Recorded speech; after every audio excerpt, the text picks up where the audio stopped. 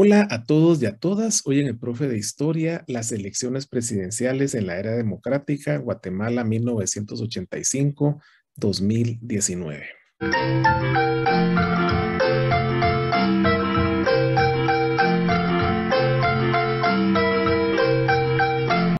Hola a todos y a todas. Hoy en el Profe de Historia, un tema sumamente interesante de historia inmediata, las elecciones presidenciales en la era democrática de Guatemala de 1985 a 2019.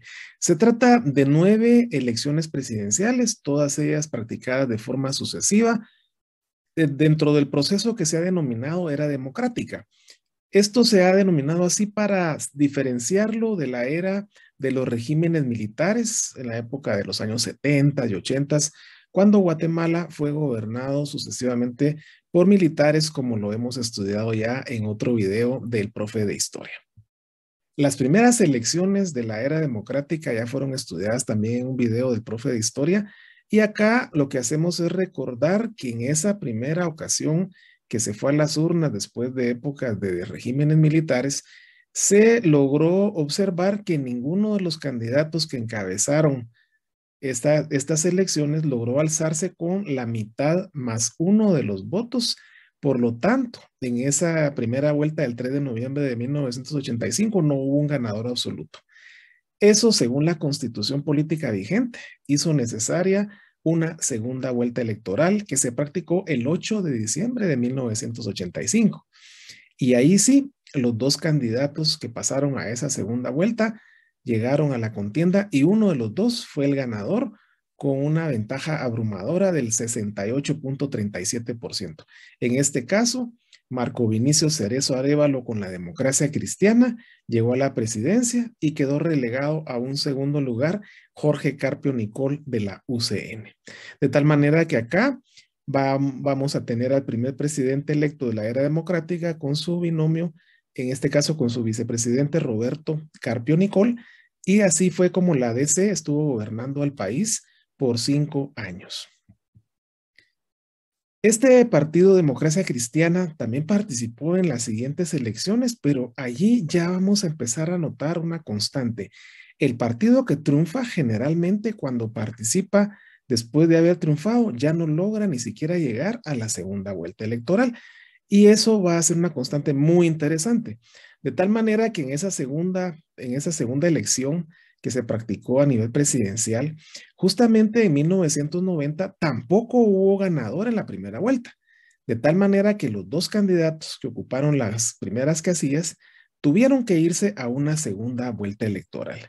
Y esa vuelta fue realizada el 6 de enero de 1991. Allí, el Movimiento de Acción Solidaria, un partido novedoso, logró alzarse con el triunfo con un 68.1% de los votos y relegó a un segundo lugar nuevamente a la UCN de Jorge Carpio Nicol.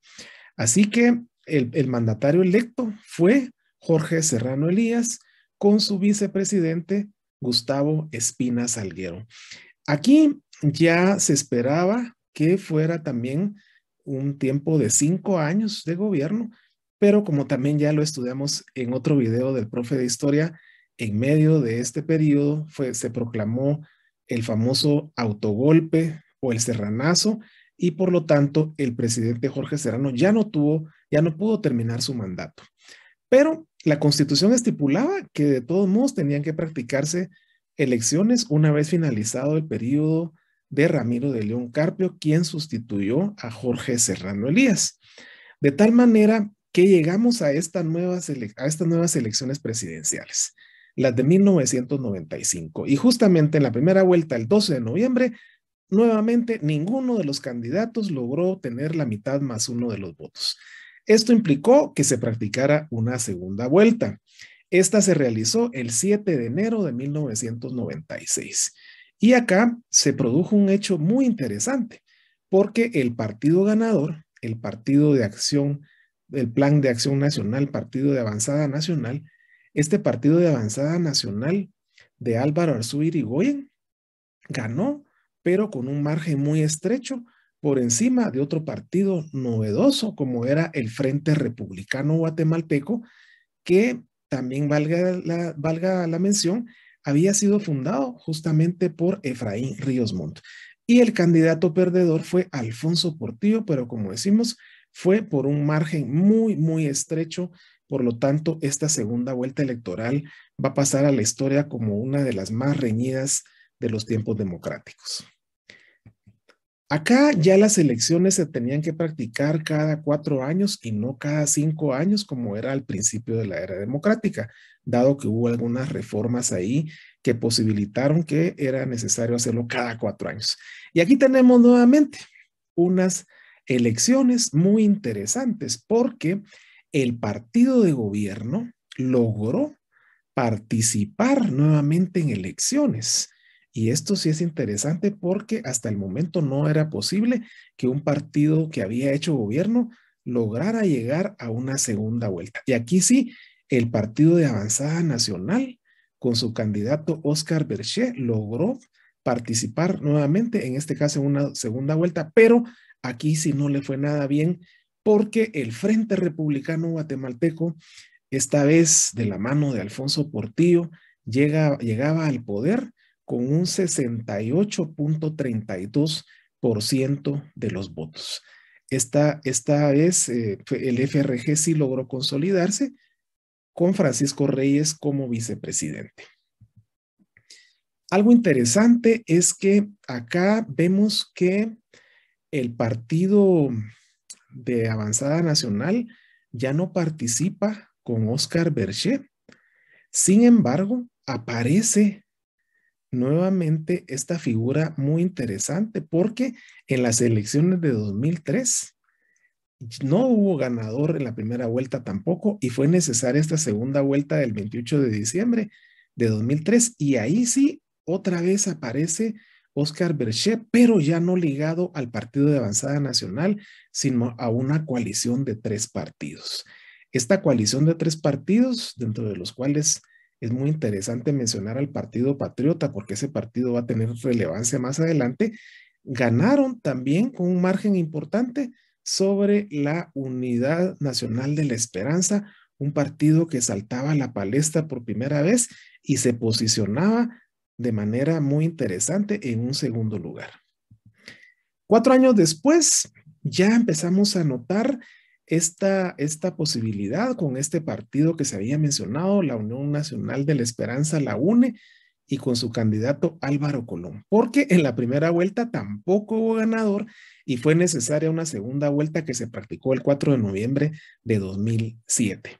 Y en esta segunda vuelta electoral, con un 52.82%, la UNE con su candidato presidencial y su candidato vicepresidencial, el presidencial Álvaro Colón y el vicepresidencial, el doctor Rafael Espada, lograron el triunfo por encima del Partido Patriota, cuyo candidato presidencial era Otto Pérez Molina.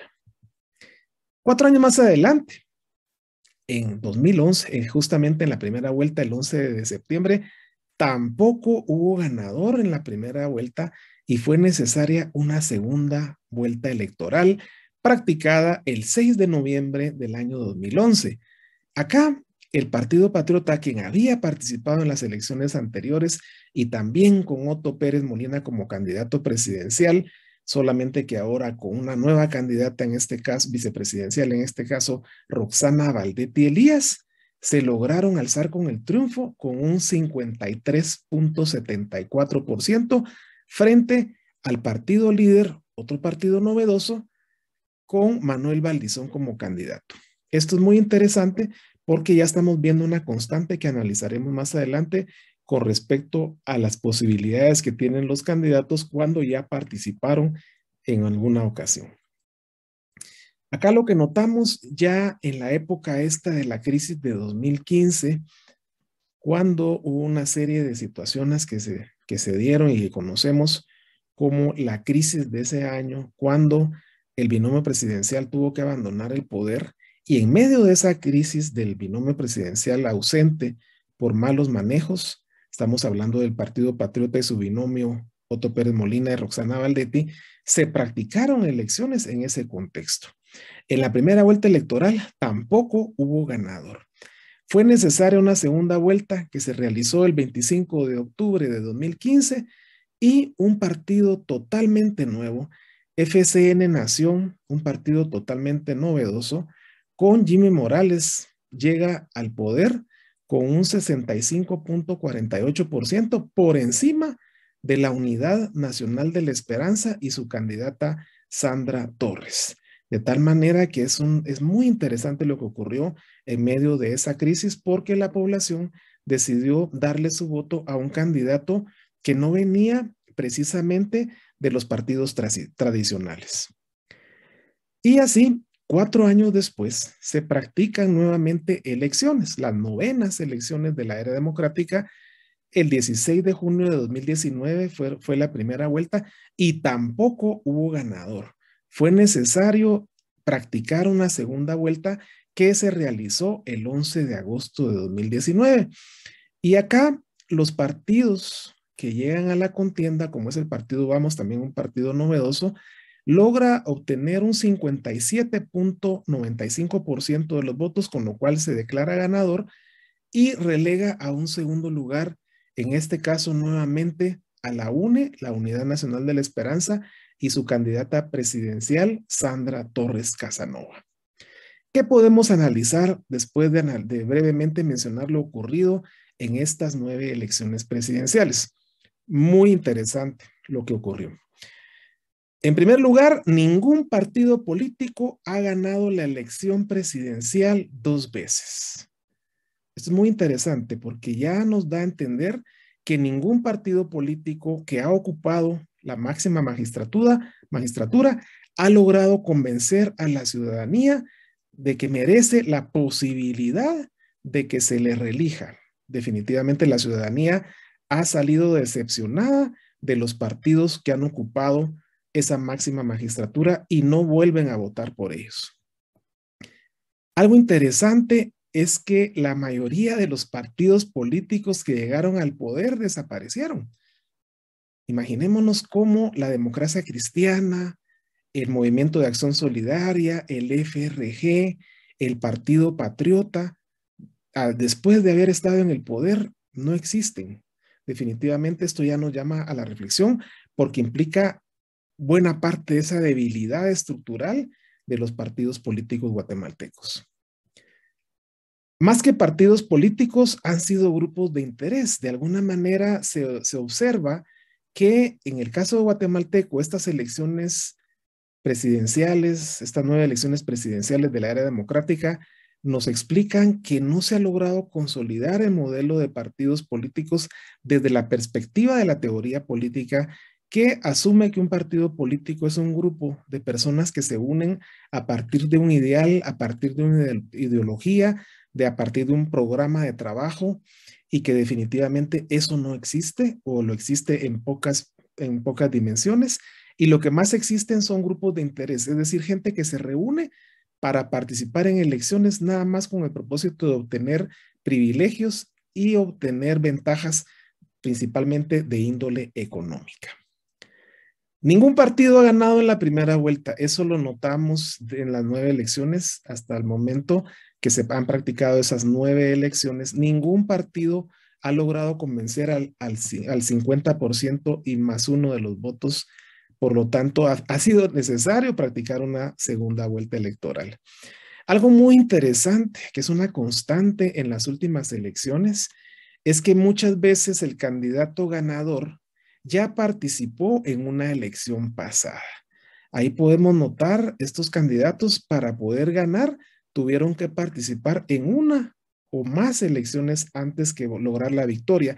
Tal el caso de Alfonso Portillo, Óscar Berché, Álvaro Colón, Otto Pérez Molina y el mismo Alejandro Yamatei Falla. Esto ha provocado una idea falsa de ya le toca. Es decir, la ciudadanía en un momento determinado crea un imaginario según el cual cuando venga un candidato que ya participó, dicen de alguna manera algo así como, bueno, ya le toca. Pero no se trata de ya le toca, se trata de que obtenga la victoria el candidato que esté mejor preparado.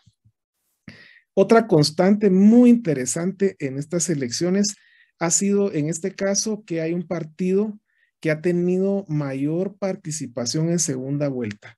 El único que lo ha logrado es el Partido Unidad Nacional de la Esperanza, debido a que participó en 2003 con Álvaro Colón, quedó en segundo lugar, y en 2007 sí se alzó con la victoria con Álvaro Colón.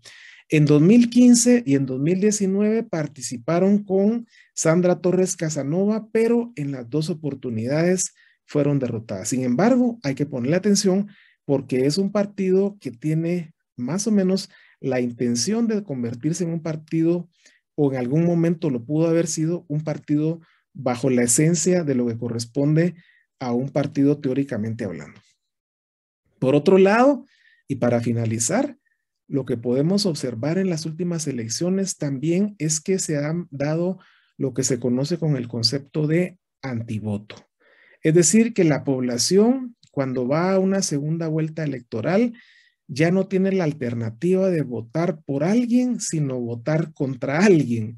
Eso ha sido una constante. Por ejemplo, en las elecciones en donde participó Manuel Balizón contra Otto Pérez Molina, la población, en teoría, lo que hizo fue que fue a votar en contra de Manuel Balizón. En las siguientes elecciones, en las de 2015, la población también salió a votar en contra de Sandra Torres, más que a favor de Jimmy Morales. Y en las elecciones en las que participó Sandra Torres frente a Alejandro Yamatei, nuevamente la población volvió a votar en contra de Sandra Torres y no tanto a favor de Alejandro Yamatei. Esto del antivoto es muy interesante porque quiere decir que la gente al final, los votantes, terminan inclinándose por la persona con la que no se sienten cómodos, pero al mismo tiempo piden que no quede la otra persona.